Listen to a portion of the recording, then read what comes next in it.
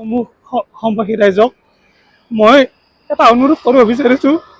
এই ওমেগা আই ক্লিনিকত মই 2015 চনৰ পৰা কাম কৰি আছিলোঁ, কিন্তু মোৰ দেউতা যোৱা মঙলবাৰে ঢুকালে। দেউতাৰ মৃত্যুৰ সময়ত মই ৰাতিপুৱা 9 বজাত বাইদেউক ক'ব গৈছিলোঁ, বাইদেউ মোৰ দেউতা ঢুকালে, মই ঘৰত যাব লাগিব। কিন্তু বাইদেউ মোক কৈছে, তুমি কেনেকৈ যাবা, তুমি ডিউটি কৰিব লাগিব। কিন্তু বাইদেউ মোক যাব নিদিলে, ডিউটি কৰিব দিছে। 2টা বজাত মোক ইয়াৰ পৰা যাব দিছে।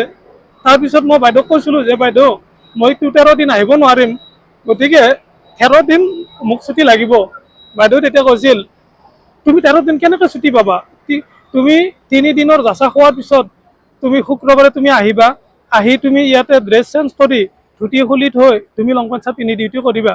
গতিকে মই সকলোকে অনুৰোধ কৰিছোঁ, এনেকুৱা এটা ড্ৰেছত পিতৃৰ মৃত্যুৰ সময়ত মই এই ড্ৰেছযোৰ খুলি মই লং পেণ্ট চাৰ্ট পিন্ধি মই ডিউটি কৰিব পাৰিম নেকি।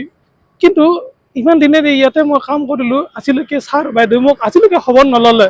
আজি মই নিমন্ত্ৰণ দিব আহিছিলোঁ দেউতাৰ কাজৰ কাৰণে।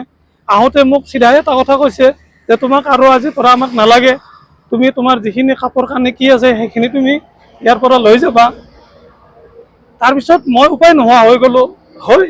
এইখিনি মই এওঁলোকৰ আগত ক'ব লগা বাধ্য হ'লোঁ।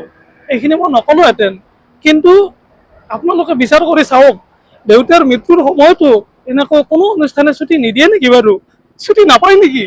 এই নেকি আমাৰ অসমীয়া সমাজৰ ৰীতি নীতি নিয়ম? এনেকুৱা হ'লে আমাৰ অসমখন কেনেকৈ মানুহে কেনেকৈ চলিব? এইখিনি যদি মানৱতা গুণ নাই এজন ডক্তৰৰ, তেখেত চকুৰ ডক্তৰ, আই স্পেচিয়েলিষ্ট ডক্তৰ আৰ কে দাস, সকলোৱে শ্ৰদ্ধা কৰে, সকলোৱে চিনি পায়, কিন্তু তেখেতে মোৰ ক্ষেত্ৰত এনেকুৱা কৰিব নালাগিছিল।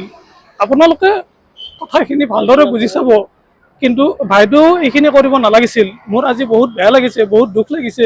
মই এনেকুৱাকৈ আজি এই মিডিয়াৰ সন্মুখত আহিব লগা হোৱাৰ কাৰণে সঁচাই মোৰ দুখিত, মোৰ বহুত বেয়া লাগিছে। আপোনালোকে মোক মাফ কৰিব, কিন্তু মই কথাখিনি ক'ব লগা বাধ্য হ'লোঁ কাৰণেহে কথাখিনি ক'লোঁ।